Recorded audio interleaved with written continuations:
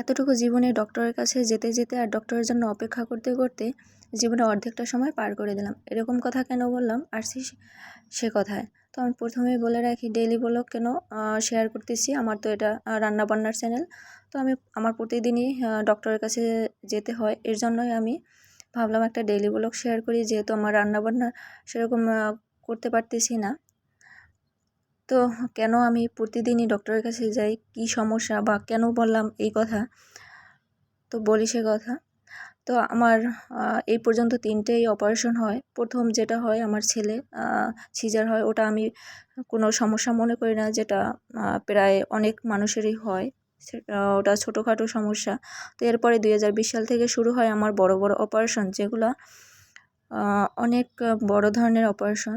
2020 সালে একটা হঠাৎ করে আমার অপারেশন হয়ে যায়, যেটা আমরা বুঝতেও পারিনি, যে আমার পেটের ভিতরে সিস্ট হয়েছে আর ওই সিস্টটা ফেটে গেছে।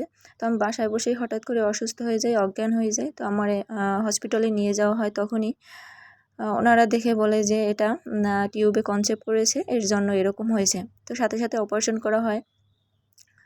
তো সেটা অনেক ক্রিটিক্যাল একটা অপারেশন ছিল। তখন আমার 2 ব্যাগ ব্লাড লাগছিল এবং আইসিইউতেও ভর্তি ছিলাম।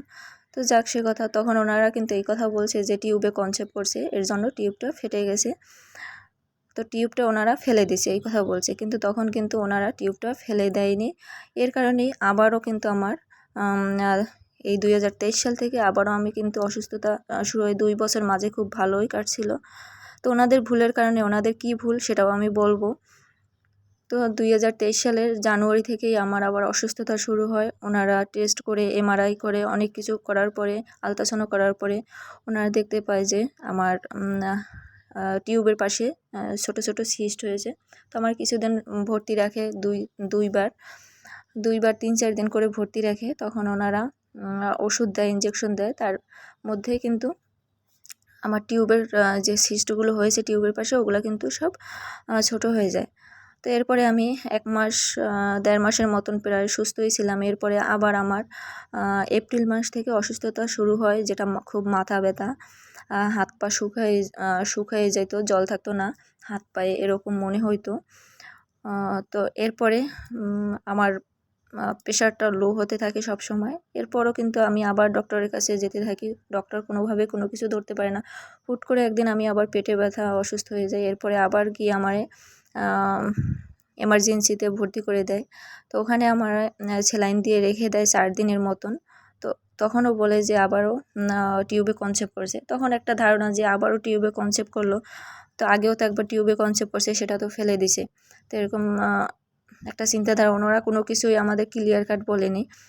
তো আর এই ছোট্ট ভিডিওতে আর কত কথাই বলবো, অনেক বড় একটা স্টোরি, যেটা বলা আসলে পসিবল না 3 থেকে 4 মিনিটের একটা ভিডিওতে। তারপরে আমি বলার চেষ্টা করতেছি, যদি আপনাদের শোনার ইচ্ছা থাকে পরবর্তীতে আমি ভিডিও করব। যদি আপনাদের শোনার কোনো ইচ্ছা থাকে তাহলে একটু কমেন্ট করে জানাবেন, আর অবশ্যই একটা শেয়ার করবেন। আমার পাশে থাকার অনুরোধ থাকবে আপনাদের শেয়ার করে। তো তখন আবার আমার 4 দিন ভর্তি রাখার পরে স্যালাইন দিয়ে আমাকে কোনো কিছু না খাইয়ে স্যালাইনের উপরে রাখা হয়। তারপরও আবার হুট করে আমার পেটে ব্যথা শুরু হয়। আর এর মাঝে মাঝে আমার প্রচণ্ড জ্বর হইতো, যে আমি বেডে ছিলাম, বেড পর্যন্ত আমার কাঁপতো। এতটা পরিমাণের জ্বর হইতো, যে আমার বয়সে এরকম জ্বর হয় নাই, যেটা আমার পেটের ভিতরে ইনফেকশন হয়ে যায়। তখনের যে ওই 2020 সালে যে আমার অপারেশন হয়েছে, তখন কিন্তু টিউবটা ফেলে দেয়নি। টিউবের পাশে যে টিউমার হয়েছিল, টিউমারটা ফেলে দিয়ে টিউবটা কিন্তু রিপেয়ার করে রেখে কিন্তু ওনাদের এই ভুলের কারণে পরবর্তীতে আমার কিন্তু 2023 সালে এই যে অপারেশনটা হয়। এখন আবার অনেকটা বড় ধরনের একটা সমস্যা হয়েছে, যেটা আপনাদের আমি বলবো। ডক্টরের কাছে আমি যাচ্ছি, সবাই আমার জন্য দোয়া করবেন। তো ভালো থাকবেন।